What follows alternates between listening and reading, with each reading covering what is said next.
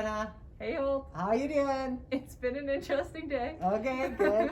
Mine too. So, pandemic is always interesting.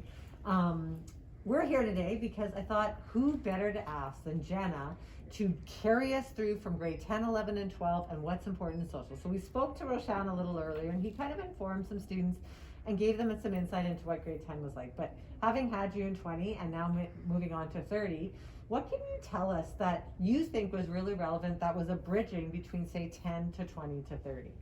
I find that social, while it does focus on the past, it also teaches us how to analyze and understand different perspectives on issues. Mm-hmm. So, especially nowadays where things are all over the place, we've got a pandemic, we've got the election of the new president in the States, and no one can really quite get along and figure out what they like. But social, 10, 20, and 30, especially at Facey with our amazing teachers, it teaches you, humble as a mountain I see, teaches you how to analyze those different perspectives. And that's especially important since we are turning 18 soon. I'm in grade 12 right now.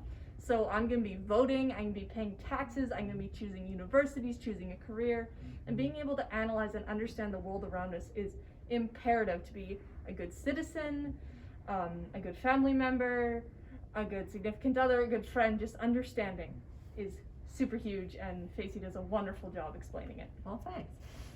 So when we moved from grade 10 to 11, last year's theme was nationalism. So what are the things that stick out in your mind from nationalism that we kind of studied last year, and maybe some of the skills that we, applied? Well, nationalism, I could give you a whole rundown, drilled it into our heads what it was and what it meant, but it's incredibly, incredibly different from what we've done before. I know Roshan earlier said, yeah, it's different from your junior high, and then again, different from grade 10. You're focusing less on events and more so those perspectives, again, back to those perspectives and learning them and understanding them. And also, this course especially teaches how to have your perspective but not infringe on others, how to not be ultra-nationalistic. I know, big word, but they'll make sure you know it by the end of 20.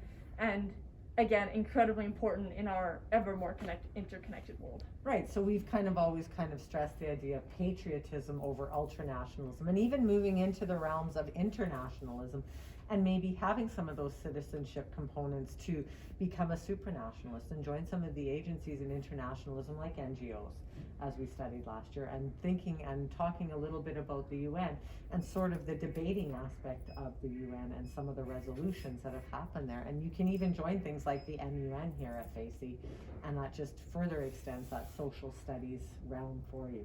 Now, I know in grade 10 we kind of introduced writing, and what can you say about the writing that we did last year? Did it help you see things more clearly? Writing, in my opinion, is much better than your reading comp. Because your reading comp, you select an answer, you go, well, I either got it right or I got it wrong. Mm-hmm. Writing allows you the ability to have your own opinion, to express your own opinion, as well as use that critical thinking that Roshan talked about earlier, to analyze the evidence and what is going on. Right.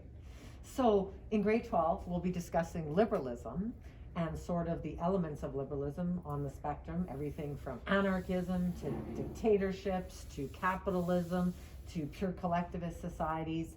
And in that, what are some of the skills that you think that you're going to post-secondary and that you'll be moving forward with that you've learned in social studies? Well, I think it's really important to respect other people's opinions on the matter, because we all see the world a little different. We all see it a little bit more unique than the other. One opinion more conservative, another more liberal. Mm-hmm. And just that ability to respect and understand where the other's coming from. I know in class we do lots of debates. They get a little rowdy. It's entertaining, but it is teaching those. Okay, you fuel the fire. Don't even try. I'm just the devil's advocate. Mm-hmm, mm-hmm. Yeah, you don't like watching us rip each other apart. Yeah, anyways, it's really important to learn those skills about how to respect someone's opinion and how to understand where they come from. Well, thanks so much, Jenna, and I'm looking forward to the rest of the semester and seeing how you grow. Oh, well, thank you. See you later. See you guys.